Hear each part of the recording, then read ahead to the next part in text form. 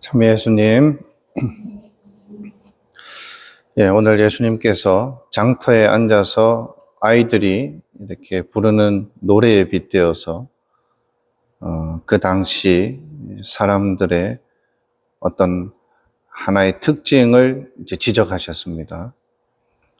근데 그 내용을 보면 세례자 요한한테는 마귀가 들렸다고 하고 예수님한테는 먹보요 술꾼이다, 세리와 죄인들의 친구다 이렇게 말했다고 하죠.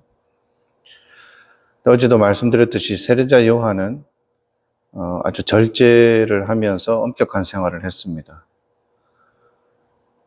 그런데 그런 절제하고 엄격한 생활 하는 사람에게 이제 마귀가 들렸다. 소위 말해서 우리가 그 광신도다 이렇게 얘기하는 거랑 같습니다. 근데 예수님한테는 먹보요 술꾼이다 이 말은 저 날라리다 이렇게 얘기하는 거랑 같습니다. 근데 신앙적으로 볼 때 광신도도 위험하고 날라리도 좀 그렇죠. 그리고 때로는 엄격한 생활을 하고 세례자 요한처럼 살아가는 그 삶의 가치도 있고 예수님처럼 사람들하고 이렇게 어울리면서 친교를 나누고 그 안에서 사람들을 이렇게 어루만지는 것도 중요합니다.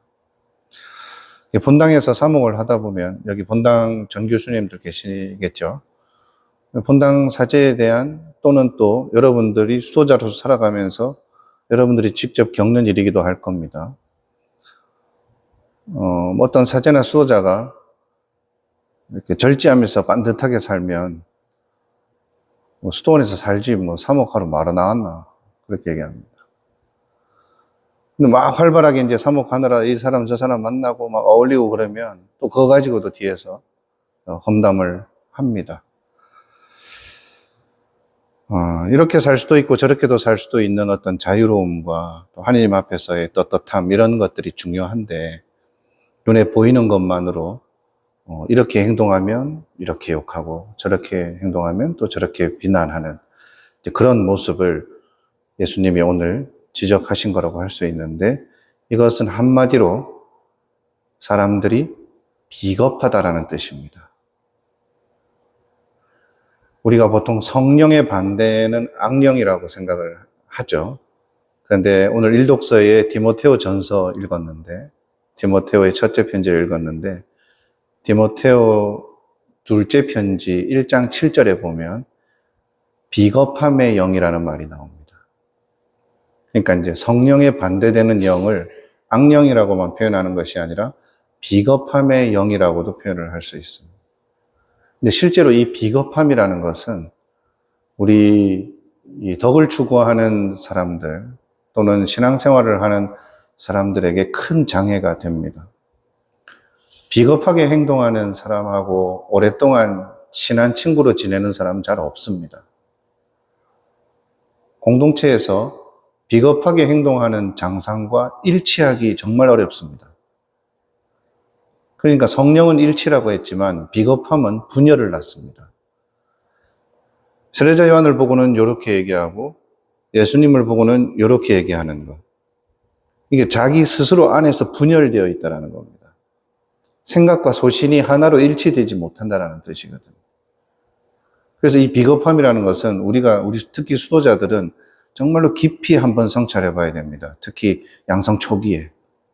왜냐하면 이 비겁함의 습성이 몸에 배어버리고 시간이 지나면 나중에는 고치기 정말 어렵기 때문입니다. 그런데 그러면 우리는 왜 비겁해질까? 디모데오 후서의 내용을 잘 읽다 보면 그 답을 찾을 수가 있습니다. 복음을 전하면서 어려움을 겪잖아요. 박해를 받고 반대를 받을 때 그것이 두렵기 때문에 타협적으로 행동하면서 비겁해지는 겁니다. 사도 바오로가 베드로를 한번 호되게 야단친 적이 있었잖아요.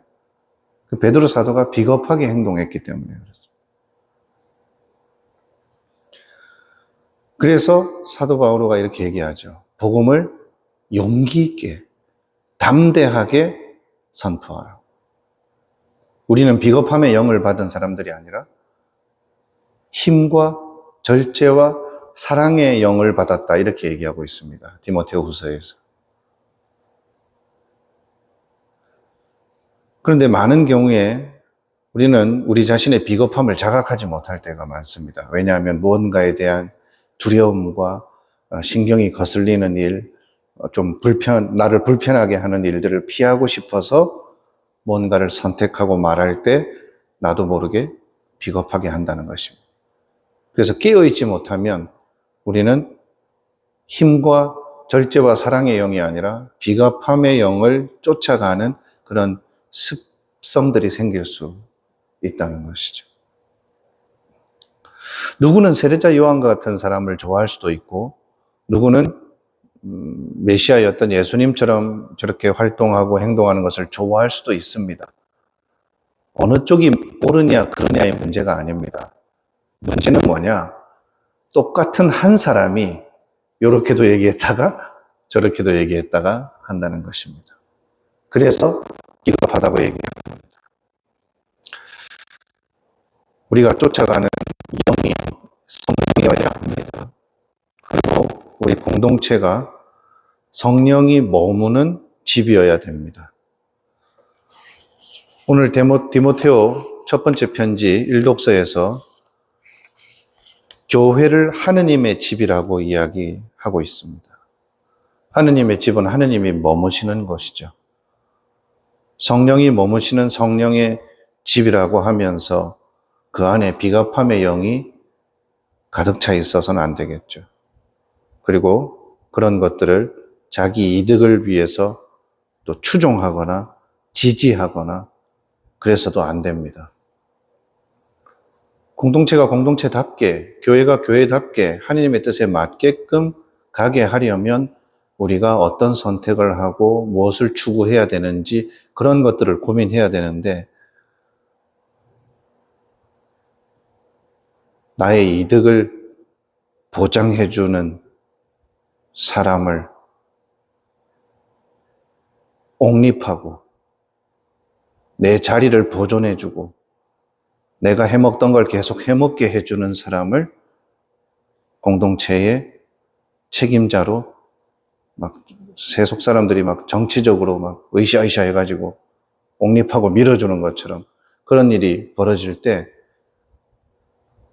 비겁함의 영이 활개치고 있는 징표라고 할 수가 있습니다. 그것을 보고도 못 보는 것처럼 행동하는 그 모습은 더욱더 비겁한 것이겠죠. 제가 수도원에서 강론할 때도 한번 인용했던 내용인데, 영어 표현에 elephant in the room 이라는 표현이 있습니다. 무슨 뜻입니까? 방 안에 코끼리가 있다라는 뜻입니다. 근데 영어권에서 이 표현을 쓸 때는 어떤 뜻을 담고 있냐면, 모두가 알고 있는 문제인데 모두가 모른 채 하는 상황. 방 안에 코끼리가 들어와 있는데 모른 채 하기도 쉽지 않죠. 개나 고양이도 아니고. 그런데 마치 엄청나게 큰 코끼리가 방 안에 들어와 있는데도 마치 코끼리가 없는 것처럼 행동하는 그런 모습을 이렇게 풍자적으로 표현하는 거거든요. 그래서 어쩌면 우리도 공동체 안에서 코끼리만한 비겁함의 영이 코끼리처럼 들어와 있어도 아닌 것처럼, 모른 채, 몰랐던 것처럼 그렇게 행동해서는 안 되겠습니다. 보통의 무책임한 사람들이 어떤 문제를 방치하고 있다가 그것이 정말 큰 문제를 일으키면 몰랐다고 얘기합니다.